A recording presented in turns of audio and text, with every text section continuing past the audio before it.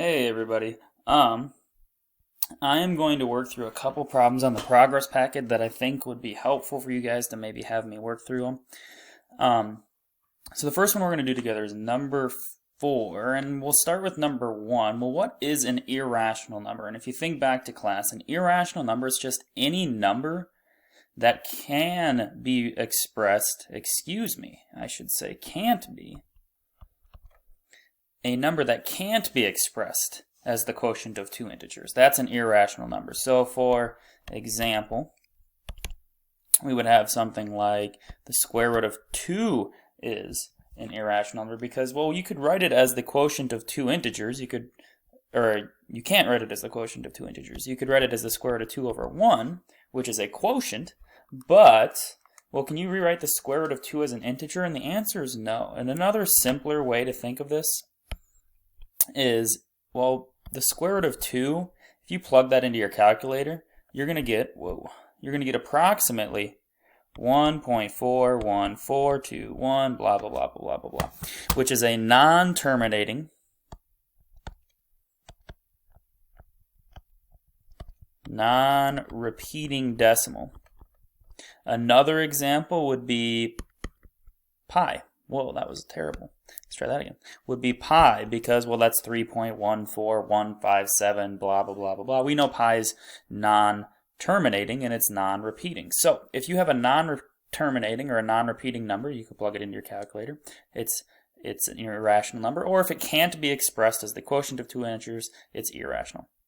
So 2 and 3, those kind of explain themselves. It's rational because it is the quotient of two integers. However, the square root of 8, if you plug that into your calculator, you should find that the square root of 8 is approximately, and this is an approximation, well, if you simplified it to be 2 root 2, or as a decimal, it's just 2.82843, and it seems like it's repeating because there's two 8s here, but it goes 828. So are those digits repeating? 828? No, that's not repeating. Is even 8 and 2 repeating? No.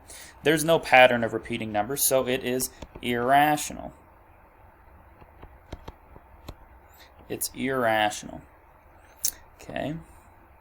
Now, let's go through these ones. A negative number is integer is always an integer. Well, it's an integer. That one's easy enough. The square root of a positive number is always, sometimes, or never an integer. Okay, well, if it's never an integer, we shouldn't be able to come up with an example where we do get an integer. But I know if I take the square root of 4, that's 2. Okay, so it's not never.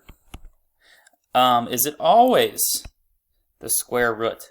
Or is it always an integer? Well, we know from above, well, the square root of 8 isn't an integer because it's about 2.82.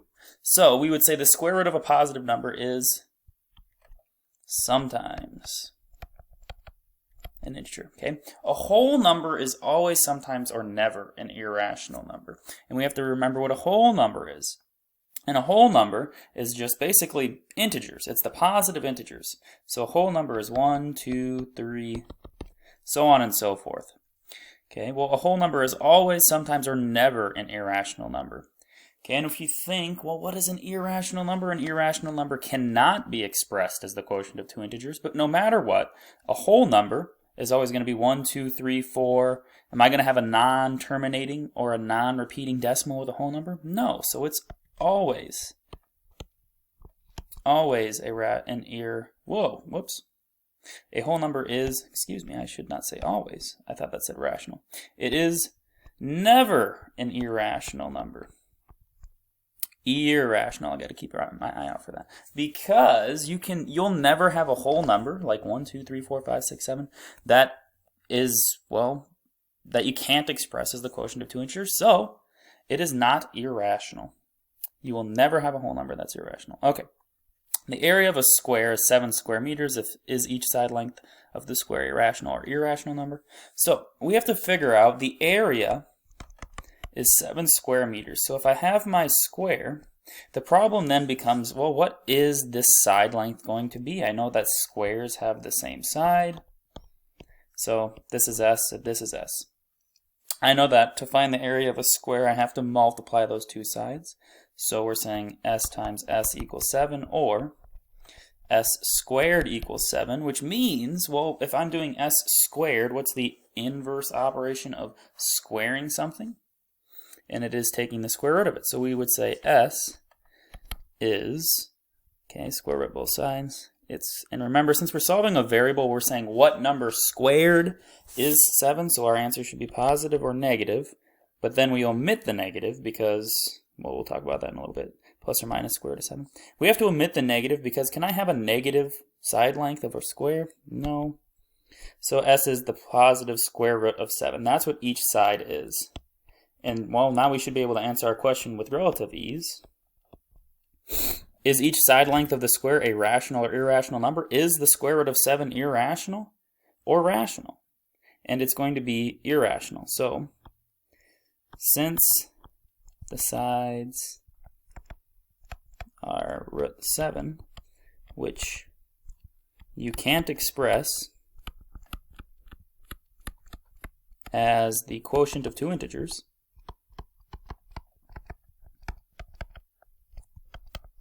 or you could also say it's a non-repeating, non-terminating decimal. Therefore, it is irrational. Okay.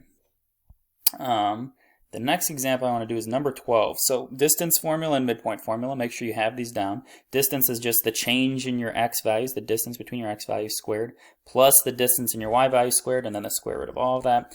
The midpoint, remember, it's representing a point. So you take the average of your x values here, the average of your y values here, and you should get a point. So on number 12, we want to find the distance between these 2 points. So what we have to do is find, well, the square root of our change in x values, or I guess our distance in our x values.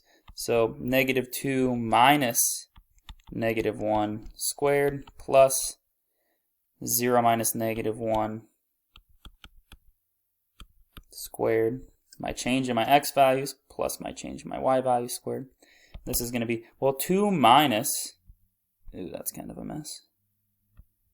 2 minus negative 1, or excuse me, negative 2 minus negative 1 is just going to be negative 1. Negative 1 squared is 1. So this becomes a 1. Plus 0 minus negative 1 just becomes, well, minus negative 1 is positive 1, which is just going to be 1 square root of 1 plus 1, which is the square root of 2. Okay, 14 midpoint, what we want to do here is find the average of our x values. Remember, x1 plus x2 over 2. And then it's the average of our y values. Okay, so this is going to be, well, x1 plus x2, that's going to be 3 plus negative 1 over 2. That'll be our x value. Our y value will be 1 plus 3 over 2. So this is going to be, well, 3 plus negative 1 is 2 over 2. Comma, 1 plus 3 is 4 over 2. So we simplify this. It's going to be 1, comma, 2. Okay, that's not too bad. Okay, so distance, midpoint formula. Make sure you know those for the quiz. Make sure you know those for the quiz. And these are just more distance and midpoint things. Now, when you get a radical, make sure you simplify it all the way. Can the square root of 5 be simplified anymore? Basically, we're saying, are there any perfect squares we can factor out of the square root of 5? And the answer is no. There's no perfect square, right? Our perfect squares are 4, 9, 16, 25, so on and so forth. So there are no perfect squares that we can factor out of that, so we leave it like this. I'm going to work in an example on 18. We'll see what we have to do when we can factor it out. So we want to find the midpoint and distance of these 2 points, and then we want to write it in simplest form. So let's start with the midpoint. And remember, it's the average of our x values and the average of our y values. Our midpoint is a point. So it's going to be negative 4 plus our other x value, which is 5. The average of that, well, we have 2 of them, so divide by 2. And then the average of our y values, so it's going to be 2 plus negative 1 over 2. Okay, well, negative 4 plus 5 is 1 over 2, 1/2. 2 plus negative 1 is negative 1 over 2, or negative 1/2. If you want to write these as a decimal, that's certainly fine, but this is our midpoint. This is perfectly fine. There we go. All right, now our distance, remember, is going to be the square root of our change in x values. Our change in x values, so negative 4 minus 5 squared, plus our change in y values squared, so 2 minus negative 1 squared. And this is going to be the square root of negative 9 in parentheses squared. Make sure you have that in parentheses, because if you don't and you type it in, you're going to find that you'll get a negative number because your calculator thinks you're just squaring 9 and then having a negative up front. So make sure you put that negative in parentheses because it should be positive 81. Negative 9 times itself gives us positive 81. Negative times a negative. All right, plus, didn't close my parentheses here. 2 minus negative 1 just becomes 2 plus 1, which is 3. And we're squaring that. So this becomes the square root of 9, negative 9 squared is 81, plus 3 squared is 9, which gives us the square root of 90, which, well, we want to write it in simplest form, which means, well, I want to write it in simplest form. What do I have to do? I have to find any perfect squares that go into 90 and rewrite that. Factor it out, essentially. So are there any perfect squares that go into 90? I challenge you to find that. Pause the video, find them. And you should find, well, we know that 9 is a perfect square that goes into 90. So I can rewrite this as the square root of 9 times 10. And the reason that's important is because we can apply the product property of quotients, or of radicals, I should say. The product property of radicals, which tells me, well, if I can write this as a product, I can rewrite it as the radical, just the root of each of those products. So the square root of 9 times the square root of 10. And the reason we want to do that is because we can evaluate this radical. The square root of 9 is 3. And this is, well, I guess we should always ask, because, well, is there a perfect square we can factor out of 10? Well, the smallest perfect square is 4. 4 doesn't go into 10. And then the next smallest perfect square is 9. Does 9 go into 10? No. So this is our distance in simplest form. Okay? And those are going to be our